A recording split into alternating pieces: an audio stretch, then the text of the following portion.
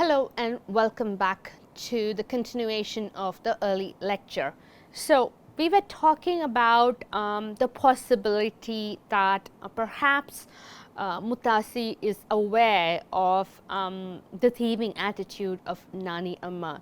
So, what makes me speculate about this possibility is this. She says, Mutasi says, you don't have any discrimination, Achyutan, and sometimes your excessive generosity to outsiders can be trying. So, this is a scene in the story when Mutasi tells her servant Achyutan to save some milk for her grandchild Ammu and be careful about the amount of milk that he pours into the coffee that he has prepared for the visiting village women. So, the phrase that she uses here is excessive generosity. That's a very interesting phrase, and I'm especially interested in the word excessive, more than normal, abnormal. So, which means she's all right with the right kind of generosity. So, she's not against the idea of generosity at all, but only that it shouldn't exceed the norm. And she says the excessive generosity to outsiders. So, she wants to be a little bit careful about that. She doesn't want the generosity to happen at the cost of the benefit of the insiders of this big house. So, the bottom line is that Mutasi is a generous person and she wants to be generous as well.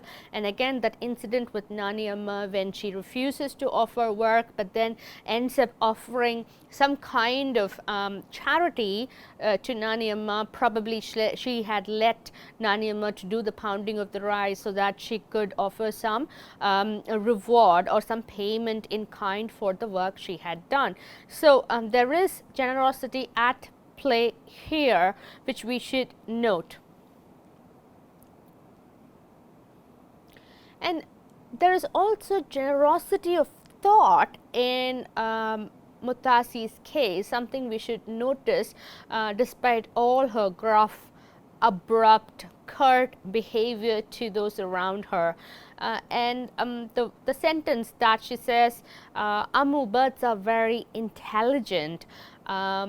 So, this idea is a very generous remark in itself. The kind, it is very interesting to see that a woman can kind of offer such intelligence to aspects of nature. It's very, very interesting. And she says that they have more common sense and knowledge than human beings. So, she puts elements and beings in nature at a higher position than human beings. And which means if we kind of extrapolate from this comment, it means the other, the crow, which is the other here in this particular context, is the more knowledgeable creature, the more superior being here in this context. And the fact that Mutasi is able to appreciate this is very, very interesting and gives us a clue as to her quality of mind. And it also tells us that she is very much in tune with aspects of nature.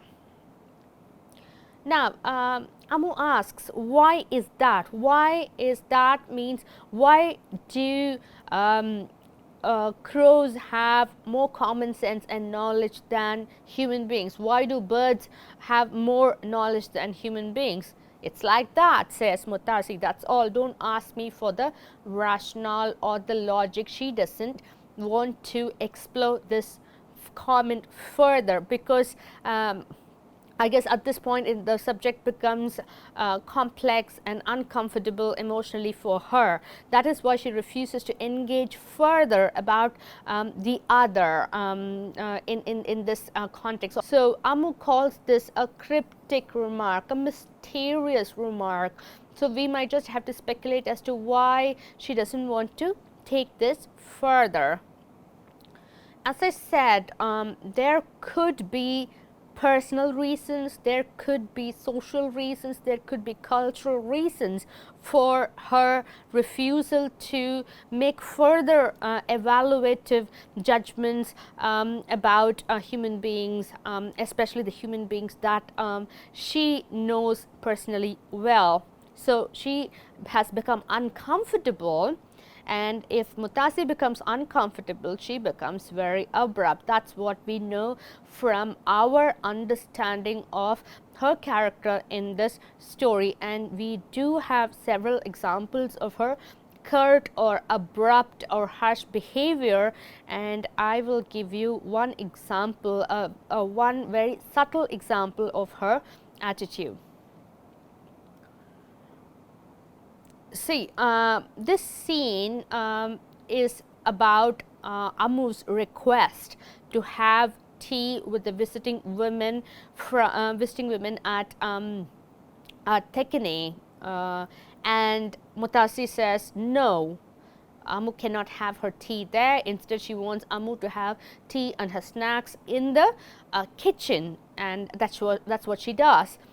And but Amu is insistent. Why, Mutasi? She asks that question. No explanation from Mutasi, just a curt, abrupt. That's the way I want it done. That's all. So this statement kind of suggests, or very overtly tells us that she is putting her foot down, that she is being very authoritative, and perhaps she wants to give off that kind of impression about her to her audience. But underneath, it's very possible that when she is being very abrupt and curt, she is going through a lot of emotional discomfort, and she doesn't want to offer explanations about her mental process to this child, who perhaps is not at the right age, who is perhaps not mature enough to understand her reasoning. Now, one of the possible reasons as to why Mutasi doesn't want to take her grandchild to Tekene is because of this particular scene, which had happened before Amu's request to have tea in Tekene. So, the woman whom Mutasi called Bharti mused, motherhood and moonlight are alike, so comforting, so essential to life. There can be no happiness without either. This comment is a follow on to that earlier scene when Amu is frightened by the threats of a mother to her baby. Remember, there is a moment in the story when a mother tells her difficult child that I'm going to kill you, this rascal is going to get a slap and things like that, and Amu is apprehensive, and she checks with her grandmother as to whether the mother would really hurt the child.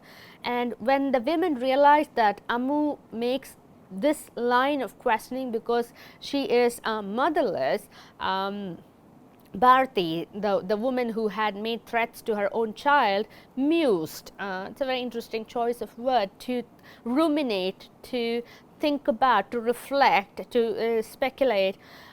Motherhood and moonlight are alike. Look at the repetition of the consonant sound there. Motherhood and moonlight are alike. So similar, so comforting, so essential to life. So one thing after another is added on, tagged on. It's almost rhetorical, this passage. There's a nice effect to the speech that Bharti is making.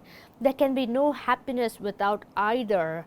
And again, that statement is very exaggerated as well. It's full of extremes. There can be no happiness without motherhood or and moonlight. There's finality there. There's absolute conviction, and I believe that such ideas are thrown out there to create a certain effect on the group of women who are there. And at this point, Mutasi suddenly stood up. For me, this suddenly, this adverb suddenly is the one that is very interesting. She suddenly stood up. She had not planned to get up. So she makes that move and straighten her mundu. She adjusts her clothing. She said, "You must excuse me." And she says that I have this recalcitrant servant, this lazy servant who doesn't do things unless he has been asked to by me. So I have to go and check in on him. So, and she takes, importantly, she takes Amu away from these group of women. So, this is the setup.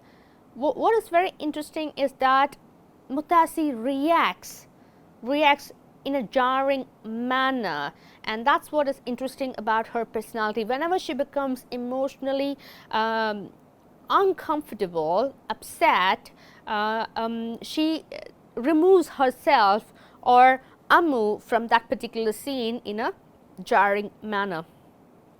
Again, I want to go back to that cliche about motherhood and moonlight, and it's very interesting how the village women, and Achutan calls them the gossips of the village, and he says that he doesn't like the gossips who just go by the house, every house in the village, and chatter and make conversation,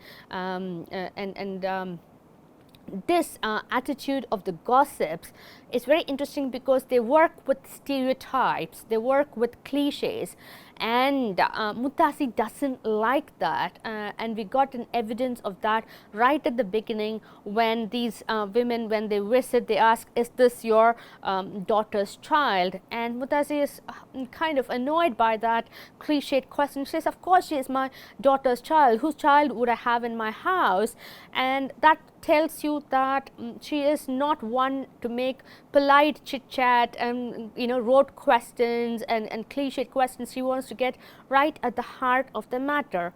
So, as I said, there is a lot of exaggeration and finality in that talk by Bharati, and it's full of cultural stereotypes. And this cultural stereotype of the absence of the mother, I'm not going to go about the absence of the moonlight because that's completely nonsensical, but at least in the context of this particular literary work. So, the absence of the mother is what is very interesting because that is an exaggeration, but even that exaggeration has a grain of truth, because the absence of mothers does cause a problem in Amu's psyche.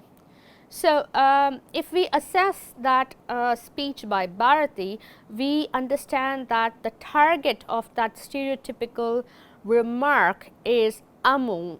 The women of the village, this particular gossip within quotes, Bharati has Amu as her target, and she attacks this motherless child and kind of highlights the distress that this child is possibly suffering because of the absence of her mother. And Mutasi quite rightly gets upset. And how does she protect her? She protects her by removing her granddaughter from the scene and also from their spatiality, and she makes sure that Amu doesn't visit them again in Thekani when they're going to have their tea there.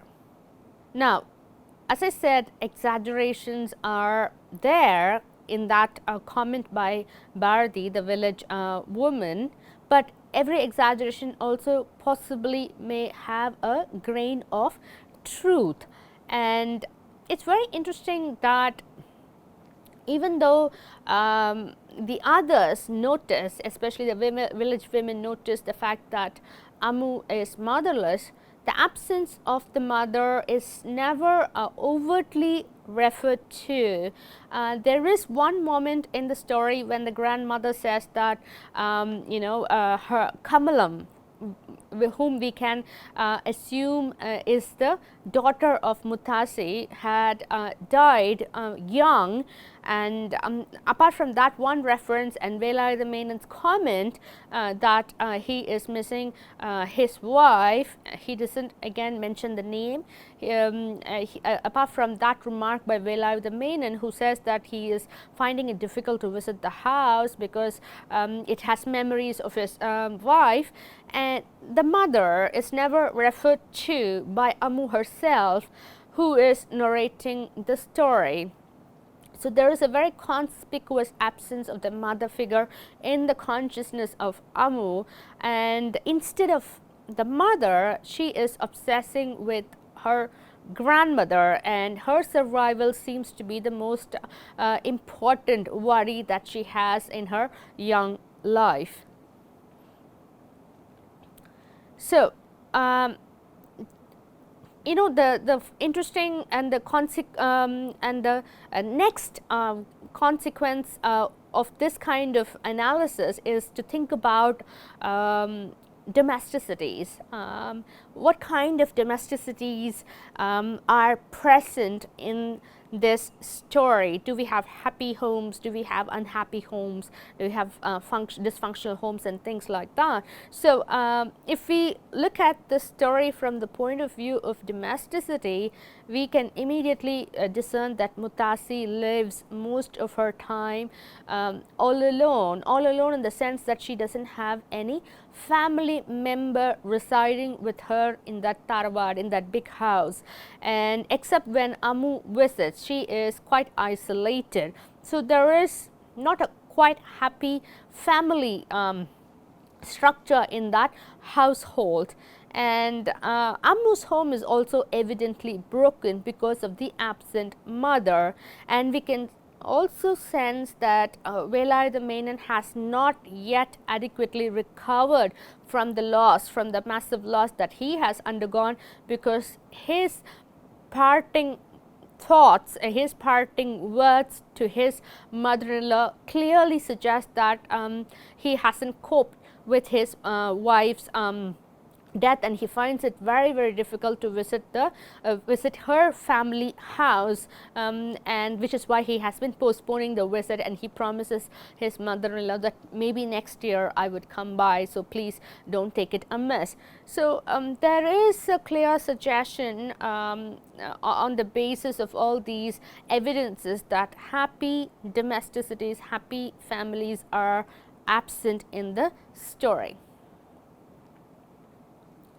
Now, I want to pick up on this idea of exaggeration and kind of trace the grain of truth in that thread of exaggeration.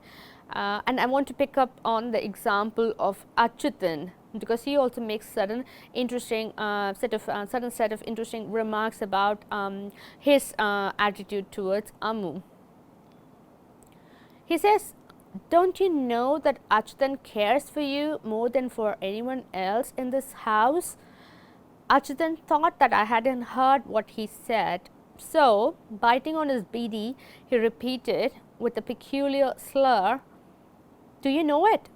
I laughed scornfully. So, this excerpt is taken from the scene when the grandmother leaves the kitchen to go to Tekeni and have tea with the village women. So, Achyutan and Amu are on their own in the kitchen, and she is sitting on the steps leading to the kitchen, and the servant makes these comments, and he says that I care more for you, Amu, than for anyone else in the house. And that's also a very extreme statement, and Amu doesn't respond. Achyutan thought I hadn't heard. She says that he thinks that she hasn't heard that interesting and significant comment. So, he, biting on his beedi, he repeated, he makes the comment again with a peculiar slur, that again a very interesting phrase, "Do you know it?" I laughed scornfully.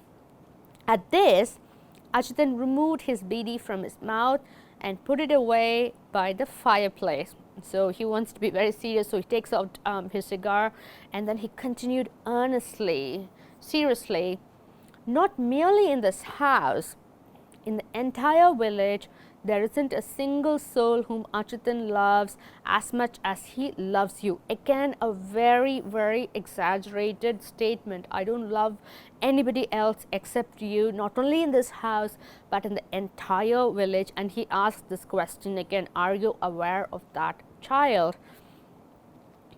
Now, what do we make of this exaggeration? Clearly, Amu, the recipient of these declarations, distrusts the claim. And how does she respond? She responds by laughing at him scornfully. She doesn't clearly believe him, and that's very easy to understand why she doesn't believe that exaggerated remark. He is a servant and she is the heir to the household, and the claim of the servant who is not a family member is something that one can easily distrust. The other thing that I want to pick up on in that extract is the peculiar slur.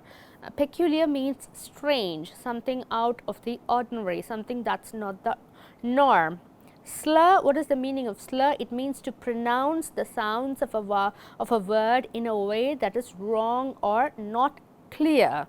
Sometimes we use this word in the context of drunks. Drunks usually slur their words because in that condition, in that inebriated condition, they are unable to pronounce the words clearly. So, any pronunciation that is not very clear can be commented on as a slurring of the words. Now, the other very interesting thing to notice about that exchange is that Amu becomes uncomfortable when she hears that that declaration of love by the servant, that declaration of affection, familial affection on the part of the servant. And what does she do? She immediately changes the subject by asking, where were you born, and questions of that sort. So, we can see a connection here between Amu and Muttasi. Both of them seem to adopt similar strategies here.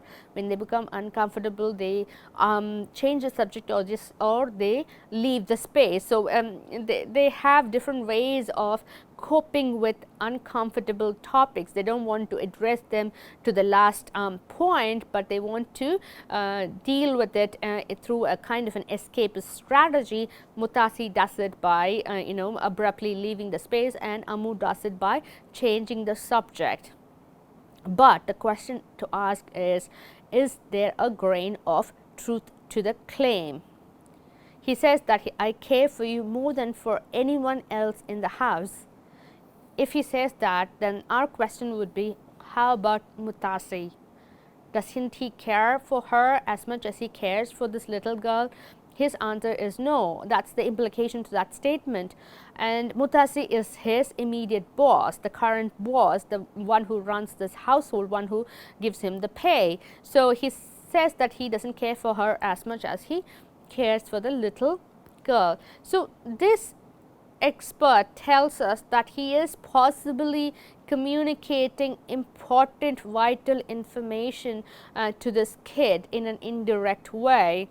And if we connect this attitude to the sly and knowing grin that he sports every time Muttasi finds fault with him, and if we realize that this sly and knowing grin is directed at Amu, we kind of understand and confirm that he is mocking Muttasi, the current owner of the Tharavad, and he is kind of communicating the idea that the current owner is outdated, and the new owner should probably realize that that he is very modern, not very old-fashioned. So, we can also look at it in another way, in a more direct way, and see Achutan as ingratiating himself to Amu. He is trying to please Amu, he is trying to flatter Amu, who is the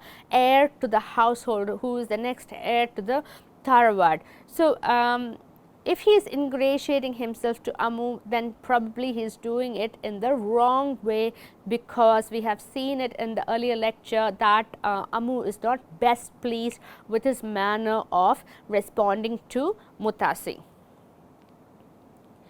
Now again, let's go back to the claim that he loves Amu the best in this entire village.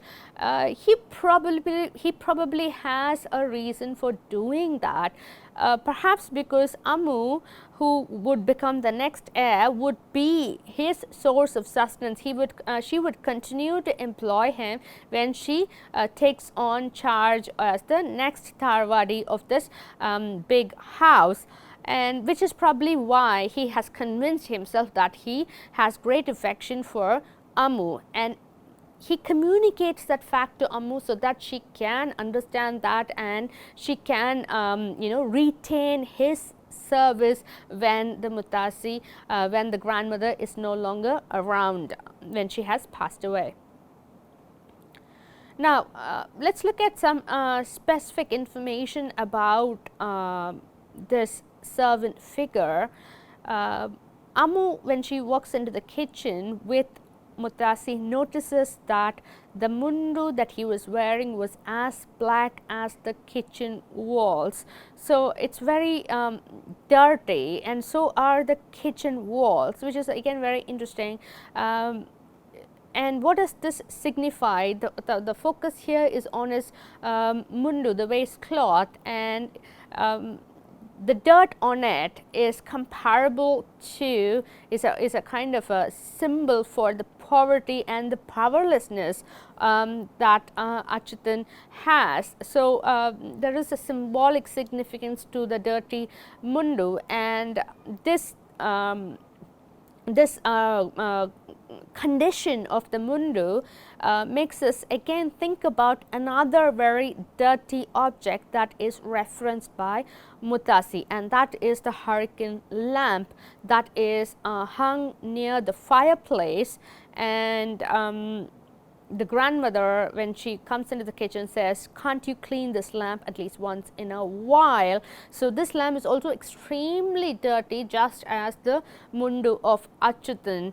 And he says, "I did try to clean and polish that lamp," Achyutan replied, and but that it didn't work. The lampshade has to be replaced. He says the glass needs replacing. So perhaps the mundu that Achyutan is wearing also does need replacing. It's past cleaning, and if he continues to retain it, maybe it's possibly because he is not rich enough. He is not financially capable of doing that yet. So these are some of the associations that creep into our reading of certain characters if we do a very close reading of certain passages in the text. Now we had begun our close reading with that particular passage about a piece of soap in a soap dish, and Mutasi's relief that it has not been stolen by a crow. Now in that process of close reading, we are able to gather so many thematic threads which connect the attitudes of the two key characters, Amu and Mutasi, with the other characters who navigate this fictional landscape. And that's one of the joys of close reading, as well as one of the benefits of close reading too, that you are able to come up with several connections to the rest of the canvas. So that particular excerpt establishes Amu's innocence, and as well as her ignorance about several things in society, especially in a rural society. She is also very ignorant of the class divide, and thus that suggests that she has been brought up in a very protected environment, an environment that doesn't really give her a window into the disparities that are there in society, which again which again explains her very self-centered and subjective assessment of events and things that are, and people that are who are around her. We kind of get a sense of who Amu is as a figure in this particular story. We also get a very good understanding of Mutasi, the central character in the story, around whom the story revolves, and her bond with nature is also established. Her really insightful understanding of how things work in nature, what are the things that a crow can be attracted to, and there's another scene in the story when Mutasi and Amu are in a veranda, and she is reading excerpts from the Ramayana to the little girl, and she hears the bumblebee, and by its very sound, Mutasi is able to suggest that the bumblebee is building a nest. So you can see how close in communion that she is with elements of nature, and also the fact that she can attribute really positive qualities to creatures in the natural world also tells us that she is a very generous character too, that she can attribute higher qualities to beings that are not part of her own society. We also get to understand through this close reading her peculiar personality, one that reacts in distinct ways to threats, to emotional threats that come at her and at her granddaughter.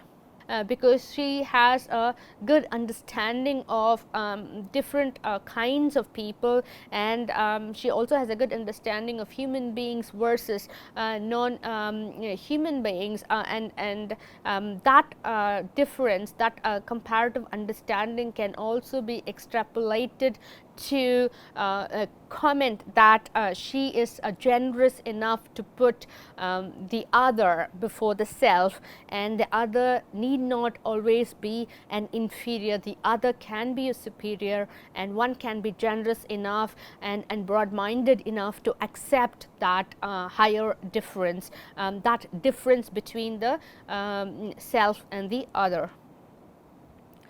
Now, Summer Vacation is a story which is about loss, a loss of different kinds. It's also about suffering, and again different kinds of suffering. And there is physical suffering, there is emotional suffering, and the story is also about anxiety. More importantly, the anxiety of Amu kind of permeates the entire story, the anxiety that her Mutasi would die before she would come back for a vacation the next year. And finally, it is also about hope, hope about a good future, a hope about the possibility of her Mutasi's survival. And despite all these sufferings and loss of personal bonds, financial hardships, and emotional complications, this element of hope is stressed frequently through Amu.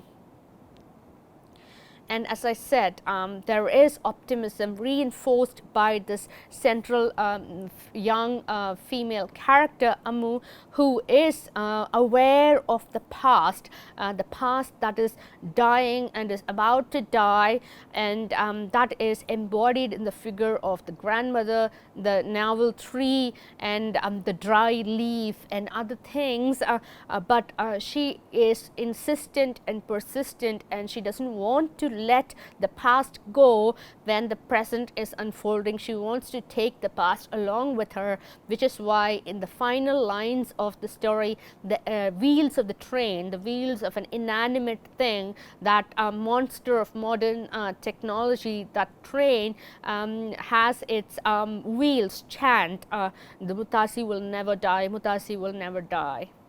Thank you for watching. I'll catch up with you in the next lecture.